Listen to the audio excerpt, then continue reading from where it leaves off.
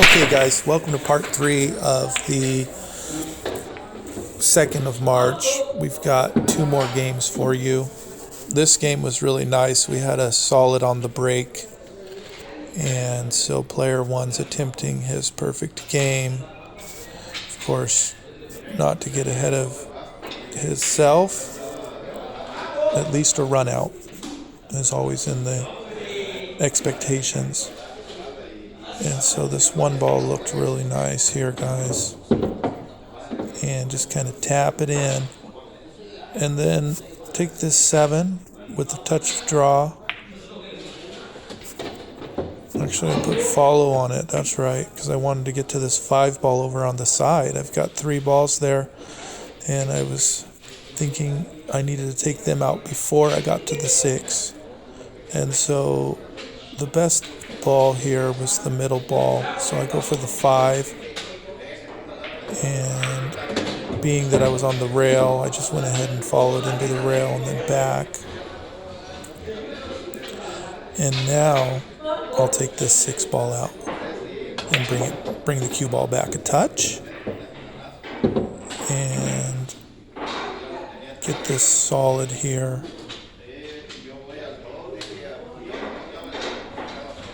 And I had to think about it for a second because I needed to make sure I was going to get my leave. And so I just do a little bit of draw here.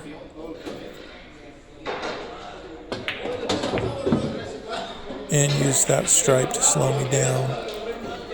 And I've actually got a really nice look at this 3 ball. It looks a little tough, so I just had to take a little extra time to get it, bring the cue ball off the rail, and leave myself perfect for the 8. Now, if I wasn't having such a weird day, I probably would have went for the bank here. But I figured, you know what, let's just take that easy pocket and drop the 8. And so I'm working on a perfect game, and everything was spread out pretty good. There's those 2 at the tail string here, but they shouldn't cause any problems.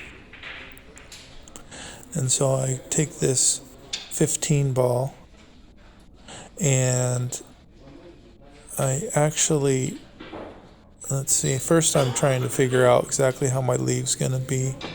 It looks like I take that 13 and come off the rail and then back.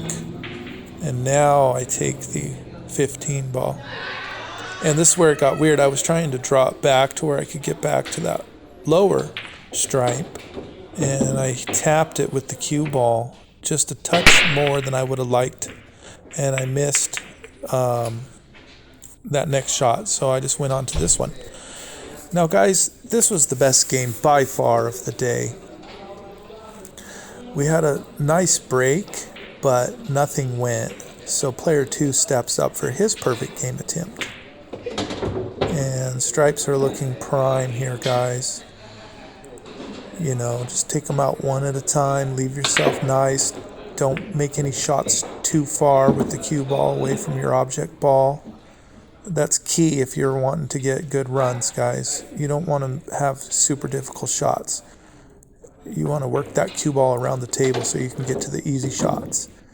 Now, being that if you saw the last part 2, I mentioned something about being good at cuts. And the proof was in the pudding there. Come back for this stripe. And then I was like, you know what?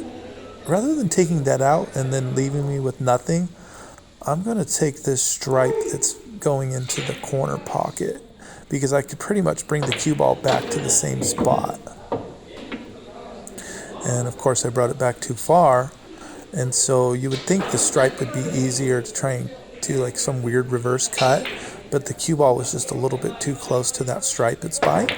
And so I went for this tough bank, guys. And when you make a bank like that, you pretty much need to do your run out because otherwise it's almost like it was all for nothing. So keeping that in mind, when I take this 9 ball out, I need to bring the cue ball back to get to this, I think it's a 14, but it's the last stripe.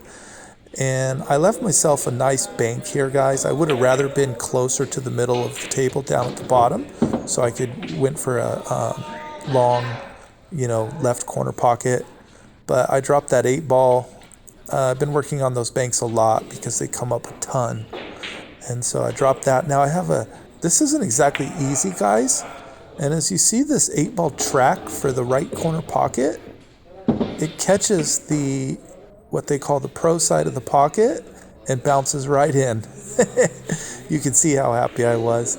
I mean, it was such a tough day. I did do well. I got 5 runouts, but it started out very difficult.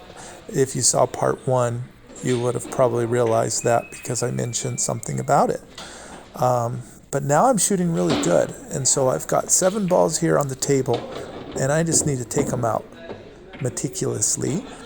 And I start with that 5 ball, guys. Come back off the rail for this 4 ball, and I'm pretty good at my side shots. It's more about the leave here. Don't want to go too far with it. So I kind of just tap it in. Kind of like Happy Gilmore. Tap it in. Tappy, tappy. Now, pick that solid out, and that 1 ball kind of burned me. I mean, I had a combo I could have made, but the cut was so tough. It was like a 90-degree cut, and I'd rather not do those if I don't have to, just because of the spin you have to use. You have to do the inside spin. It's so much more difficult. So I'd rather take this long cut shot and go into this corner pocket. Now, I figure at this point, I could have taken that 7, but instead I go for the combo, guys.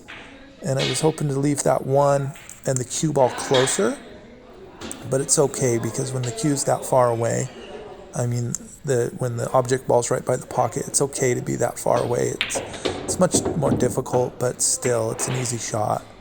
And now I tried to slow that cue ball down by doing kind of almost like a stun shot, but with that distance, it kind of burned me and I left my cue long, but I dropped it in anyway, guys, because I put a lot of effort into that shot.